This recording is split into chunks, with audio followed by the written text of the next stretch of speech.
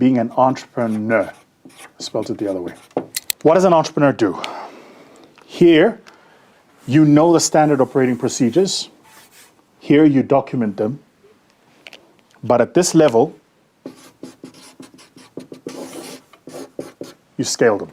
So it's not just about, do I have these SOPs? Do I have the code? Remember, I said to you, SOPs code. It's not just about, do I have the SOPs? Do I have the code for my business? It's also about, am I implementing my code for the business? And once I'm implementing my code for my business, it's about, am I scaling it? So once I find something in the code that works, a way we recruit customers, a way we retain customers, a way we do customer feedback, a way we do net promoter score, a way we do invoicing, a way we deal with our suppliers and negotiate our suppliers. Once I have found the thing that works, it's about scaling it. I'll give you an example. In one of my businesses, we recently have been going through looking at our contracting because we've had one or two matters in litigation, and in litigation you realize the true strength of a contract is tested when you go to court. That's how you know how good the contract is. Because as good as the contract is, it's not until the other person in the transaction appoints counsel to look at your contract and try to find holes, you realize I've actually got to close some of these holes, right? That's why when you go to the bank and you're signing those documents, the T's and C's are this small and they're 4 pages. It's because they've been through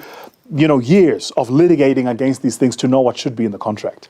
Anyway, so we've had 2 matters that have been in litigation. And so I said to the counsel of the particular law firm that's working with us, I said, we should actually think about how do we structure our contracts in anticipation of these issues. And so what we've done is we now have different types of contracts for different ICPs, individual client profiles. So we know the ideal on individual client profile. I know how I deal with an institutional client, how I deal with an enterprise client, how I deal with a public sector client, how I deal with a consumer client, how I deal with an educational institution client, how I deal with a promoter client. These are all different ICPs. And for each ICP, we now have a standardized contract. 2 years ago, it was the same contract for all of them.